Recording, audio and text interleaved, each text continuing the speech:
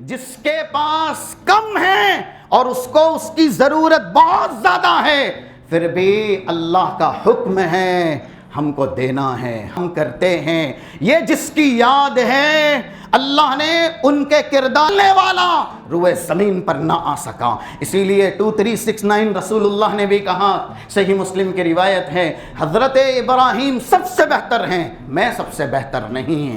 اور وہیں گھرانے کو، فرزند کو بھی اللہ نے کہا پورا کرنے والے ہیں۔ آپ دیکھیے بیٹا مانگا گیا، کتنی شدت سے مانگا گیا، اور جب یہ بیٹا دیا گیا اور اللہ آگے ہم نے کس کی گریہ زاری کی، سب سے زیادہ دعا کس کے لیے زندگی میں کتنی ہے، وہ بحسن خوبی سمجھتے ہیں۔ یہاں تو عمر ذبح کرو، قربان کرو۔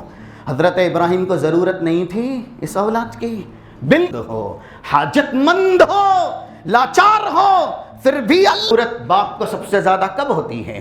جب باپ عصائے پیری کا محتاج ہوتا ہے، بڑھاپا تاریخی تھے، لیکن باپ نے اللہ کے حکم پر اپنی اس لاٹھی کو بھی قربان کرنا گوارا کر لیا۔ فلما اسلم ہمارے پاس دینے کے لیے ہے ہی نہیں، ہمارے پاس کم ہے، اگر یہ اللہ کی راہ میں دے دیں گے تو کھائیں گے کیا؟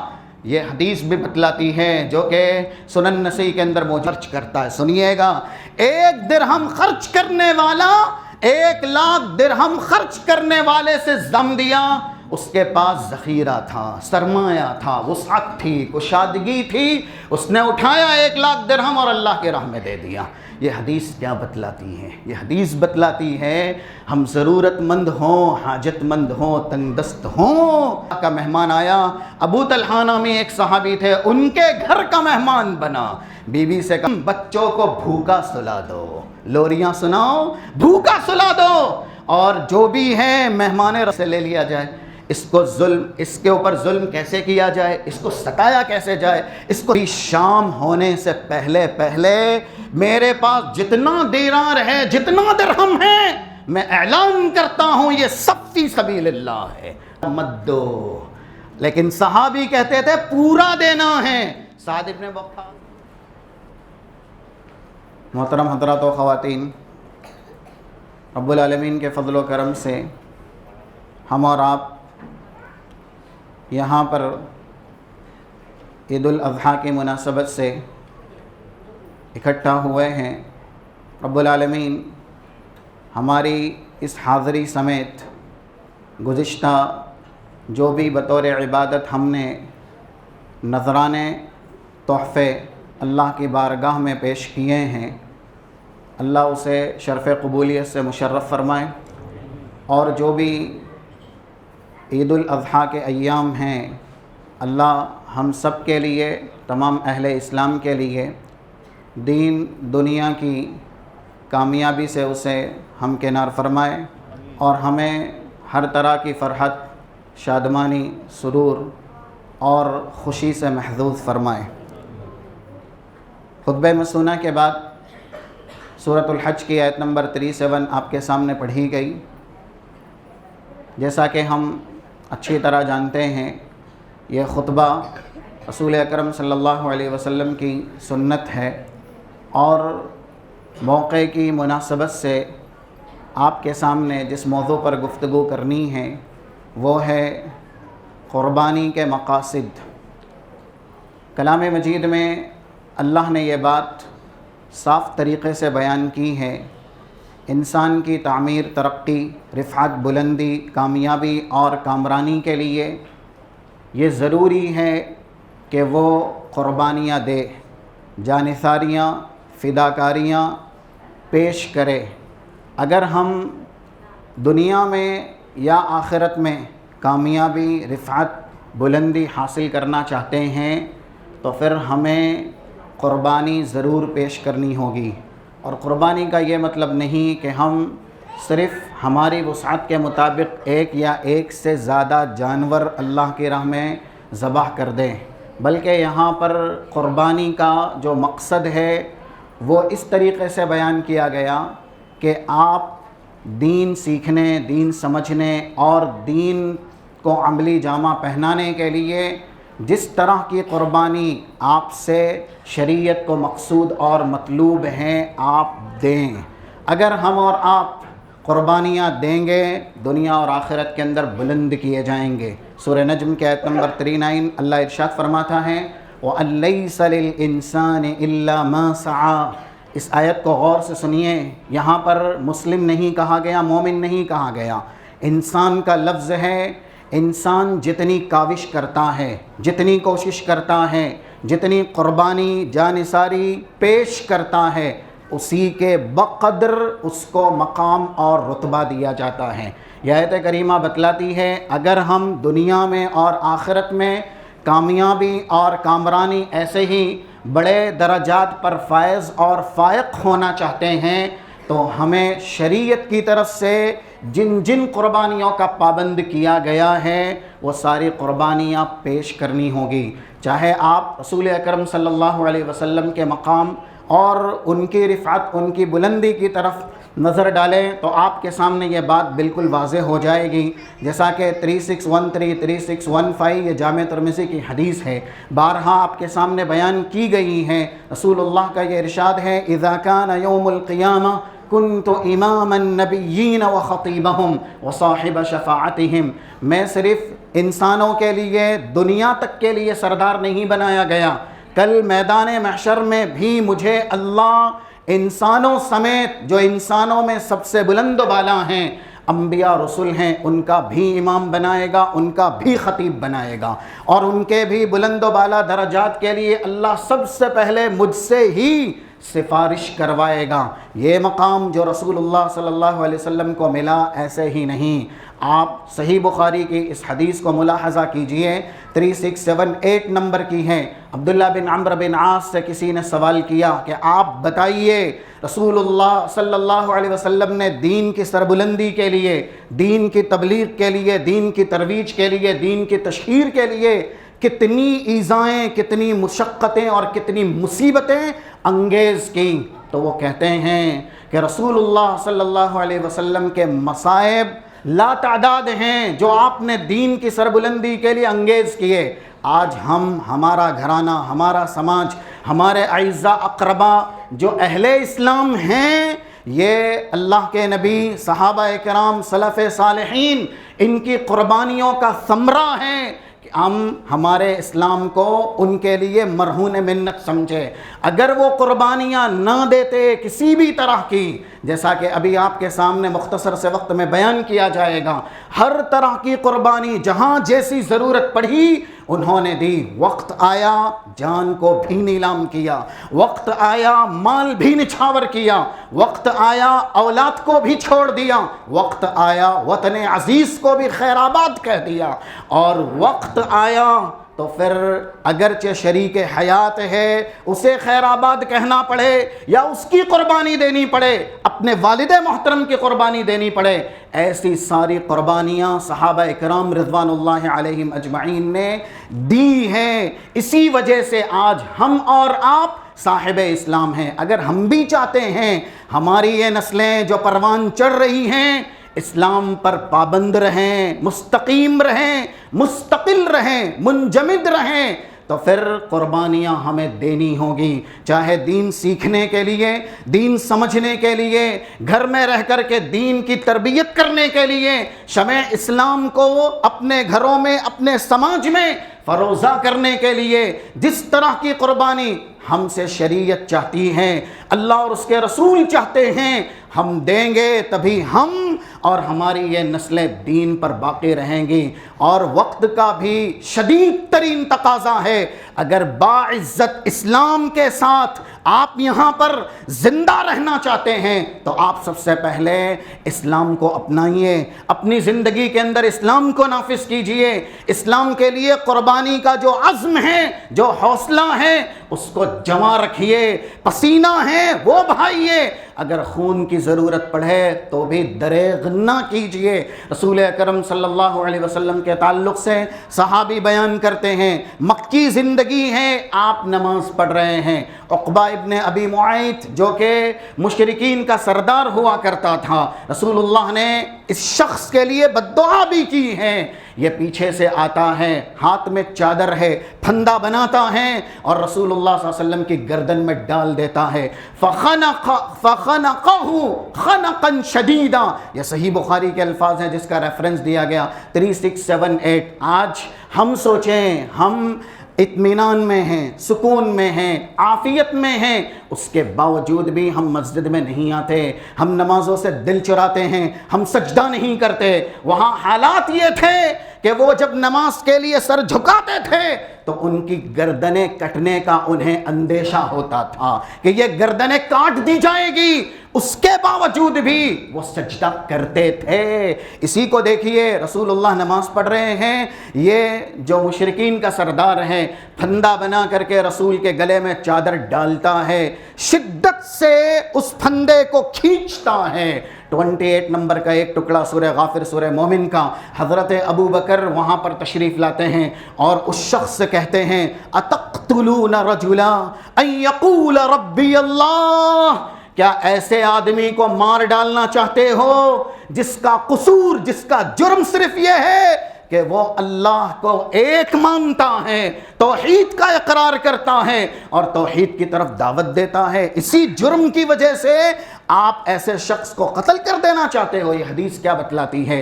رسول اللہ صلی اللہ علیہ وسلم نے ایسی بے لوث قربانیاں پیش کی ہیں، وقت نہیں ہے صرف آپ کے سامنے ریفرنس بیان کر دیے جائیں، اگر موقع ملے تو اس کو پڑھ لیجئے گا۔ 3231 یہ صحیح بخاری کی حدیث ہے۔ رسول اللہ صلی اللہ علیہ وسلم سے جب پوچھا گیا حضرت عائشہ کی طرف سے حل مر علیک یوم اشد من احد، اے اللہ کے نبی کیا آپ کے اوپر آپ کے عرصے حیات میں سے، زندگی کے ایام میں سے احد سے سخت ترین دن بھی آیا؟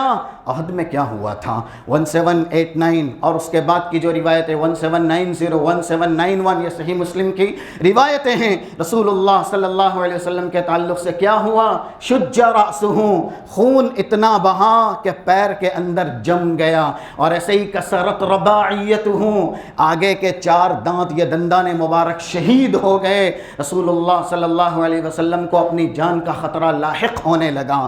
اس سے بھی زیادہ خطرناک دن اللہ کے نبی صلی اللہ علیہ وسلم کی زندگی میں آیا۔ آپ جواب دیتے ہیں حضرت عائشہ کو، ہاں جب نبوت کا 12واں سال تھا، میں گیا مکے اور ایسے ہی طائف کے جو سرداران تھے ان کو اسلام کی تبلیغ کرنے کے لیے انہوں نے میرے ساتھ جو وحشیانہ، درندانہ اور سفاکانہ سلوک کیا ہے، جانوروں سے بدتر، میرے پیچھے اوباشوں کو لگایا۔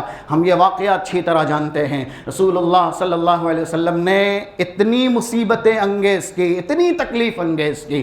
2472 نمبر کی حدیث جامع ترمذی کی ہے، آپ خود ارشاد فرماتے لقد اخفت فی اللہ وما یخاف احد، مجھ سے پہلے بہت نبی آئے، بہت رسول آئے، لیکن کسی نے بھی اللہ کے دین کی قربانی، اللہ کے دین کی سربلندی کے لیے اتنی قربانیاں نہیں دی جتنی میں نے دی۔ جتنا میں ڈرایا گیا، میں دھمکایا گیا، اتنا کوئی نہیں ڈرایا گیا۔ وَلَقَدْ أُوذِيتُ فِي اللَّهِ وَمَا يُؤْذَى أَحَدٌ، جتنی تکلیفوں کا نشانہ مجھ کو بنایا گیا، اس لیے نہیں کہ مجھے دنیا چاہیے تھی، اس لیے نہیں کہ مجھے دنیا میں مقام چاہیے تھا، مجھے سلطنت چاہیے تھی، حکومت چاہیے تھی، نہیں۔ آج ہم تکلیفیں برداشت کرتے ہیں لیکن اپنی ذات کے لیے، دنیاوی مقام کے لیے، دنیاوی منصب کے لیے، اپنے بچوں کے لیے ہم بے تحاشا مال خرچ کرتے ہیں، کوششیں کرتے ہیں، کاوشیں کرتے ہیں، لیکن دین کے لیے ہم کوئی قربانی نہیں دیتے۔ اسی لیے اگر کسی کے پاس کچھ وقت بھی مانگا جائے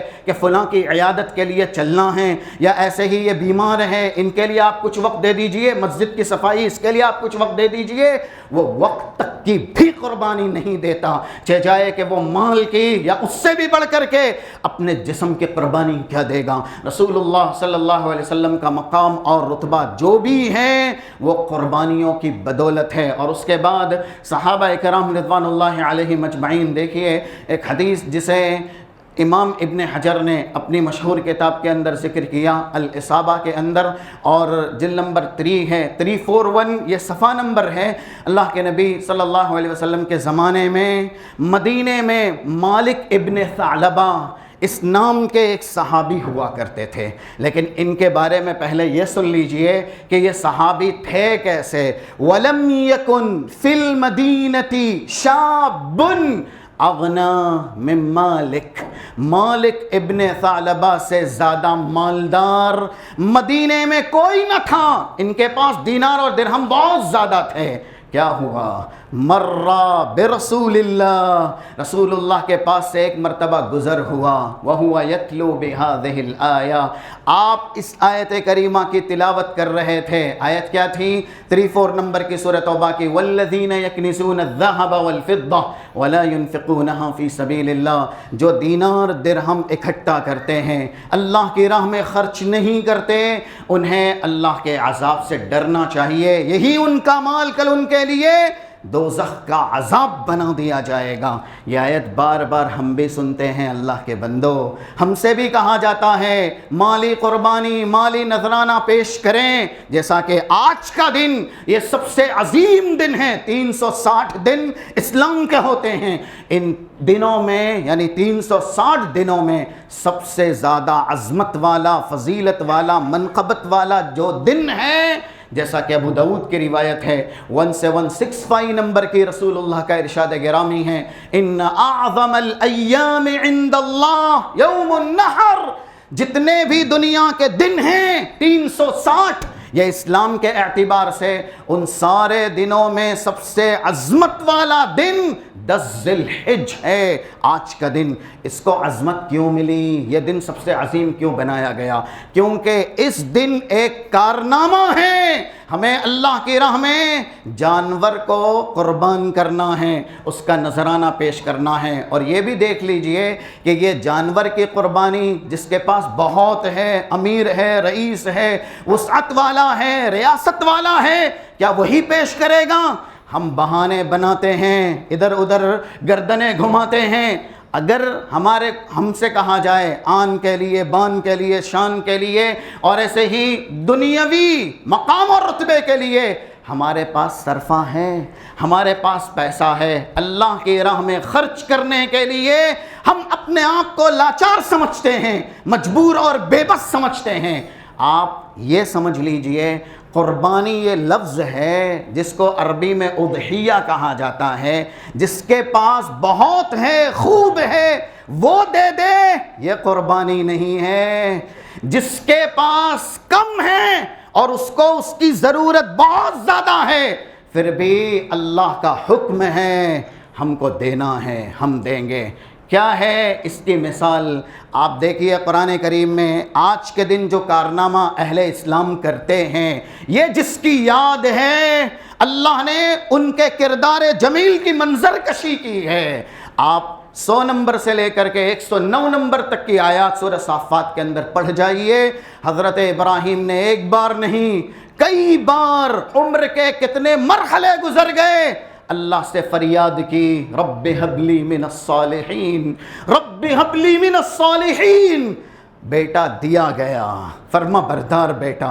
اسی لیے دیکھیے جو والد کی صفت ہے وہ بیٹے کی صفت ہے۔ یہ قرآن کریم کا انداز بیان ہے۔ سورہ مریم کی 4:1 لے لیجئے، سورہ مریم ہی کی 5:4 لے لیجئے۔ حضرت ابراہیم کے بارے میں کہا گیا انہ کان صدیقا نبیا، ان سے زیادہ سچ بولنے والا روئے زمین پر نہ آ سکا۔ اسی لیے 2369 رسول اللہ نے بھی کہا، صحیح مسلم کی روایت ہے، حضرت ابراہیم سب سے بہتر ہیں، میں سب سے بہتر نہیں۔ اور وہیں گھرانے کو، فرزند کو بھی اللہ نے کہا انہو کان صادق الوعد، حضرت اسماعیل بھی بہت سچ بولنے والے ہیں، وعدے کو پورا کرنے والے ہیں۔ آپ دیکھیے بیٹا مانگا گیا، کتنی شدت سے مانگا گیا، اور جب یہ بیٹا دیا گیا، اور اللہ آگے کہتا ہے 102 103 سورہ صافات کی، فلما بلغ معه السعی، چلنے کے قابل ہوا، کچھ بڑا ہوا، اللہ نے آزمائش اور امتحان میں والد محترم کو گرفتار کیا اور کہا یہ بیٹا ہماری راہ میں قربان کرو۔ ایک سوال ہے، حضرت ابراہیم کو اس بیٹے کی ضرورت نہیں تھی؟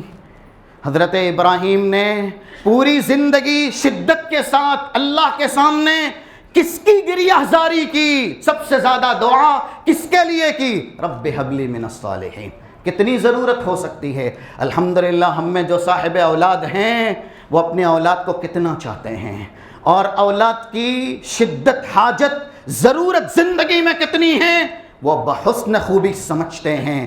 یہاں تو عمر گزر گئی، اچھا خاصا مرحلہ گزر گیا، پھر اللہ نے اولاد دی اور اس کے بعد کہا کہ یہ اولاد ہماری راہ میں ذبح کرو، قربان کرو. حضرت ابراہیم کو ضرورت نہیں تھی اس اولاد کی؟ بالکل تھی. اس سے یہ پتہ چلتا ہے قربانی کا مطلب یہ نہیں ہے آپ کے پاس ذخیرہ ہے اس میں سے مٹھی نکالی اور اللہ کی راہ میں دے دی. آپ تنگ دست ہو، ضرورت مند ہو، حاجت مند ہو، لاچار ہو، پھر بھی اللہ کہتا ہے میری راہ میں دو تو دے دو. یہ ہے قربانی. اللہ نے حضرت ابراہیم سے کہا بچہ دے دو. بچے کی ضرورت باپ کو سب سے زیادہ کب ہوتی ہے؟ جب باپ عصائے پیری کا محتاج ہوتا ہے، بڑھاپا طاری ہو گیا، اب ایک لاٹھی چاہیے جو اس بڑھاپے میں سہارا بن سکے. حضرت اسماعیل وہ لاٹھی تھے، لیکن باپ نے اللہ کے حکم پر اپنی اس لاٹھی کو بھی قربان کرنا گوارا کر لیا. فلما اسلم وتلہ للجبین، دونوں ہی تیار ہو گئے ایک ذبح کرنے کے لیے، ایک ذبح ہونے کے لیے. یہ واقعہ بتاتا ہے ہم کبھی بھی قربانی کے تعلق سے یہ نہ سوچیں ہم مقروض ہیں، ہمارے پاس دینے کے لیے ہے ہی نہیں، ہمارے پاس کم ہیں، اگر یہ اللہ کی راہ میں دے دیں گے تو کھائیں گے کیا؟ یہ حدیث بھی بتلاتی ہے جو کہ سنن نسائی کے اندر موجود ہے 2527 نمبر کی. رسول اللہ کہتے ہیں سبق درہم علی 100,000 درہم. ایک انسان 1 درہم خرچ کرتا ہے، دوسرا انسان 1,00,000 درہم خرچ کرتا ہے. سنیے گا، 1 درہم خرچ کرنے والا 1,00,000 درہم خرچ کرنے والے سے زیادہ اجر پاتا ہے. صحابی کہتے ہیں اللہ کے نبی یہ کیسے ممکن ہے کہ 1 درہم خرچ کیا اور 1,00,000 درہم خرچ کرنے والے سے زیادہ اجر مل گیا؟ رسول اللہ کہتے ہیں جس نے 1 درہم اللہ کی راہ میں دیا تھا لہو درہمان، اس کی کل پوری زندگی کی جائیداد 2 درہم تھی، 2 ہی درہم تھی. لیکن اللہ نے مانگا تو 2 درہم میں سے 1 درہم اللہ کی راہ میں نیلام کر دیا. اور جس نے 1,00,000 درہم دیا اس کے پاس ذخیرہ تھا، سرمایہ تھا، وسعت تھی، کشادگی تھی، اس نے اٹھایا 1,00,000 درہم اور اللہ کی راہ میں دے دیا. یہ حدیث کیا بتلاتی ہے؟ یہ حدیث بتلاتی ہے ہم ضرورت مند ہوں، حاجت مند ہوں، تنگ دست ہوں، تب اگر اللہ کی راہ میں دیں تو یہ ہے اصل قربانی. 4889 صحیح بخاری کی حدیث ہے. اس کا بھی ترجمہ آپ کے سامنے بیان کرنے کا وقت نہیں، صرف اگر موقع ملے تو پڑھ جائیے گا. رسول اللہ کا مہمان آیا، ابو طلحہ نامی ایک صحابی تھے، ان کے گھر کا مہمان بنا. بیوی سے کہا جو بھی ہے پیش کر دینا. بیوی نے کیا جواب دیا؟ ما عندنا الا قوت الصبیہ، ہمارے پاس صرف اتنا ہے کہ یہ بچے کھائیں، ہم بھی نہیں کھا سکتے. کیا کہا شوہر نے بیوی سے؟ نومیہم، بچوں کو بھوکا سلا دو، لوریاں سناؤ، بھوکا سلا دو، اور جو بھی ہے مہمان رسول کے سامنے پیش کر دو. پیش کر دیا گیا. قرآن کریم نے اس عظیم کردار کو اپنے حروف کے اندر بیان کیا. 10 نمبر کی اور ایسے ہی 9 نمبر کی آیت ہے سورہ حشر کی، وَيُؤْثِرُونَ عَلَىٰ أَنفُسِهِمْ وَلَوْ كَانَ بِهِمْ خَصَاصَةٌ. آپ دیکھیے ہم ہوتے تو یہ کہتے ہیں ہمارے پاس ہی کھانے کا نہیں ہے، یہ بچے کیا کھائیں گے اگر مہمان کو دے دیں گے. آج ہماری قربانیاں کس طرح کی ہے؟ اس کا مال کیسے لے لیا جائے، اس کو ظلم، اس کے اوپر ظلم کیسے کیا جائے، اس کو ستایا کیسے جائے، اس کو تکلیف کیسے دی جائے، ہم یہ سب قربانیاں دیتے ہیں. ہم احسان کرنے والی قربانیاں نہیں پیش کرتے. بہرحال مالک ابن ثعلبہ رسول اللہ کے پاس سے گزرے، جب وہ آیت سنی کہ جس کے پاس دینار و درہم ہیں اللہ کی راہ میں قربان نہیں کرتا دوزخ کی آگ میں جلایا جائے گا. فغشی علیہ، بے ہوشی طاری ہو گئی، بے ہوش ہو کے گر گئے. فلما فاق، جیسے ہی ہوش آیا تو کہا اللہ کے نبی صلی اللہ علیہ وسلم سے یہ آیت میں نے سنی ہے، آپ تلاوت کر رہے تھے، ابھی شام ہونے سے پہلے پہلے میرے پاس جتنا دینار ہے، جتنا درہم ہے، میں اعلان کرتا ہوں یہ سب فی سبیل اللہ ہے. اللہ کے راہ میں دے دیا۔ اس سے یہ بھی پتہ چلا آج ہم سے مطالبہ کیا جاتا ہے اللہ کی راہ میں دیجئے، بار بار کہا جاتا ہے۔ صحابہ ان سے مطالبہ اتنا نہیں ہوتا تھا، بلکہ وہ کیا کرتے تھے؟ یہ 2757 صحیح بخاری کی حدیث ہے، اور ایسے ہی 5354 یہ بھی صحیح بخاری کی حدیث ہے۔ دو صحابی کا کردار ہے، جب کعب ابن مالک کی توبہ قبول ہوئی تو رسول اللہ سے کہا اللہ کے نبی میرے پاس مال ہے، پورا مال اللہ کی راہ میں دینا چاہتا ہوں۔ رسول اللہ نے کہا روک لو، کچھ دے دو کام آئے گا۔ رسول کہتے تھے پورا مت دو، لیکن صحابی کہتے تھے پورا دینا ہے۔ سعد ابن وقاص جن کی ایک ہی بیٹی تھی، اس وقت جب رسول اللہ ان کی عیادت کرنے آئے اور وہ مرض میں گرفتار تھے، 5354 صحیح بخاری کی حدیث، ان کو لگا کہ یہ مرض موت کا سبب بن جائے گا، میں مر ہی جاؤں گا۔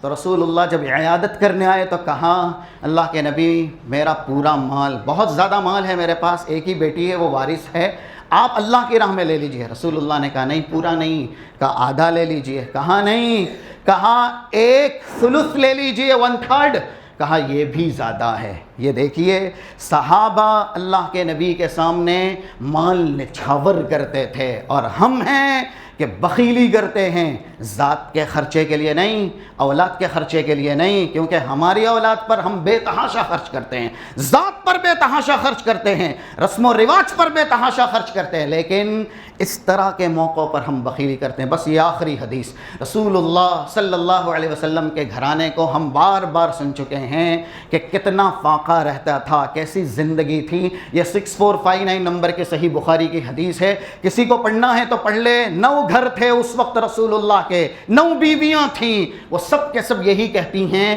ہمارے 9 گھرانے میں 3 مہینے تک گزر جاتے لیکن چولہا نہیں جلتا۔ ہم ایک چاند دیکھتے مہینے کا گزر گیا، دوسرا چاند نکل گیا، دوسرا مہینہ گزر گیا، تیسرا مہینہ بھی آ گیا، لیکن رسول اللہ کے 9 گھرانے میں سے کسی ایک گھر میں بھی کھانے کے لیے آگ نہ جلتی۔ یہ اللہ کے نبی کا گھرانہ ہے، لیکن جب یہ دن آتا تب رسول اللہ صلی اللہ علیہ وسلم کس طرح سے اللہ کی راہ میں قربانی پیش کرتے، یہ بھی ابن ماجہ کے اندر موجود ہے، 3122 نمبر کی حدیث ہے۔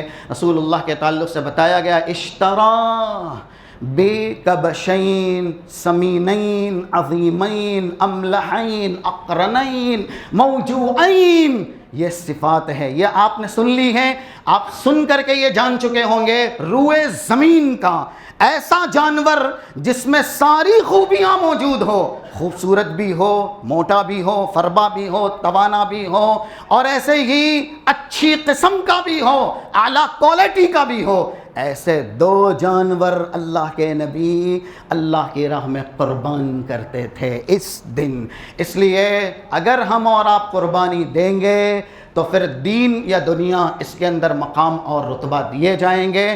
حالات کا بھی تقاضا یہی ہے کہ ہم دین کو زندہ رکھنے کے لیے، دین پر ثبات اور استقامت کے لیے، اور شمع دین فروزہ رکھنے کے لیے جتنی ممکن ہو سکیں قربانی دے، جان ساری پیش کریں، ایمان کا یہ حوصلہ ہم زندہ رکھیں۔ اللہ جو بھی نعمت دی گئی ہے تیری طرف سے دی گئی ہے، اگر تیرا حکم ہوگا تو وہ نعمت چھوٹی ہو یا بڑی ہو تیری راہ میں قربان کر دی جائے گی۔ جہاں دے دی ہوئی اس کی تھی، حق تو یہ ہے حق ادا نہ ہوا۔ اور ایسے ہی آج کا دن جس عظیم الشان جلیل القدر نبی اور رسول حضرت ابراہیم کی یاد تازہ کرواتا ہے، انہی کے تعلق سے کسی نے کہا ہے آج بھی ہو جو براہیم سا ایماں پیدا، آگ کر سکتی ہے انداز گلستاں پیدا۔ آج حالات کیوں بدلے ہوئے ہیں؟ ہم ذلیل کیوں ہیں، رسوا کیوں ہیں، حقیر کیوں ہیں، پست کیوں ہیں؟ کیونکہ ہم نے دین کی چادر اتار دی ہے، ہم نے دین سے رشتہ توڑ لیا ہے۔ اس طرح کے موقعوں پر جو درس ہے اس درس کو ہم نے فراموش کر دیا، بھلا دیا ہے۔ ہمارے ایمان میں کوئی رمق نہیں ہے، کوئی جوش نہیں ہے، اور ہمارے اس دل میں جس میں ایمان بستا ہے کوئی حوصلہ نہیں ہے جس کی وجہ سے ہم قربانیاں پیش کر سکیں۔ اگر ہم اپنے ایمان کو تر و تازہ رکھنا چاہتے ہیں، حوصلے کو بلند رکھنا چاہتے ہیں، اور کامیابی کامرانی کی زندگی گزارنا چاہتے ہیں، سر اٹھا کر جینا چاہتے ہیں، تو پھر ہمیں اللہ کی راہ میں قربانیاں دینی ہوگی، وقت کی شکل میں ہو یا ایسے ہی مال کی شکل میں ہو یا اس سے بھی زیادہ جان کی شکل میں ہو، جس طرح کی قربانی ہم سے مطلوب ہو اور ہمارے پاس استطاعت ہو ہم اللہ کی راہ میں پیش کریں۔ اسی میں ہماری دین اور دنیا کی سعادت مندی ہے، کامیابی ہے۔ رب العالمین سے دعا ہے اللہ جو باتیں قربانی کے مقصد کے تعلق سے یہاں پر سماعت کی گئی ہیں ہمیں سننے سمجھنے عمل کرنے اور حسب استطاعت دوسروں تک پہنچانے کے توفیق عنایت فرما۔ اللہم اصلح لنا دیننا الذی هو عصمت امرنا واصلح لنا دنیانا التي فيها معاشنا واصلح لنا آخرتنا التي إليها معادنا واجعل الحياة زیادة لنا في كل خیر والموت راحة لنا من كل شر۔ اللہ تو ہمارے دین کی اصلاح فرما، اللہ تو ہمارے دنیا کی اصلاح فرما، اللہ تو ہمارے معاش کو ذریعہ معاش کو مستحکم فرما۔ ایسے ہی یہ جو دن ہیں مسرت کے، شادمانی کے، خوشی کے، رب العالمین دین دنیا کی کامیابی سے ان دنوں کو ہمارے لیے اہل اسلام کے لیے محظوظ فرما، اور دنیا اور آخرت کی کامیابی سے اللہ تو تمام تر اہل اسلام کو ہمکنار فرما، ہمیں قرآن اور حدیث کا ترجمان بنا، ہماری اولاد کو قرآن اور حدیث کا داعی بنا، قرآن اور حدیث کا مبلغ بنا۔ اللہ جو بھی عبادت کا نذرانہ ہم نے تیری بارگاہ میں پیش کیا ہے ان 10 دنوں میں یا آئندہ جو پیش کریں گے یا ماں سبق جو کچھ بھی ہم نے تیری عبادت کی ہے تجھی سے التجا ہے، ان ساری عبادت کو شرف قبولیت سے مشرف کر کے جنت میں جانے اور دوزخ سے بچنے کا ذریعہ بنا۔ اللہم ارنا الحق حقا وارزقنا اتباعہ وارنا الباطل باطلا وارزقنا اجتنابہ۔ اللہ تو ہمیں حق سیکھنے، حق سمجھنے اور حق کا شیدائی اور فدائی بننے کی سعادت نصیب فرما۔ اللہ جو باطل ہیں، برائی ہیں، اسے سیکھنے، محض اس لیے سیکھنے تاکہ ہم اپنا دامن ان غلاظتوں سے اور برائیوں سے بچا سکیں۔ اللہ جب تک دنیا میں زندہ رکھ، اسلام پر زندہ رکھ، ہمارا خاتمہ فرما، ایمان بالخیر خاتمہ فرما۔ فاطر السماوات والارض انت ولی فی الدنیا والآخرہ توفنی مسلما والحقنی بالصالحین۔ سبحان ربک رب العزت عما یصفون وسلام علی المرسلین والحمد للہ رب العالمین۔ السلام علیکم ورحمۃ اللہ وبرکاتہ۔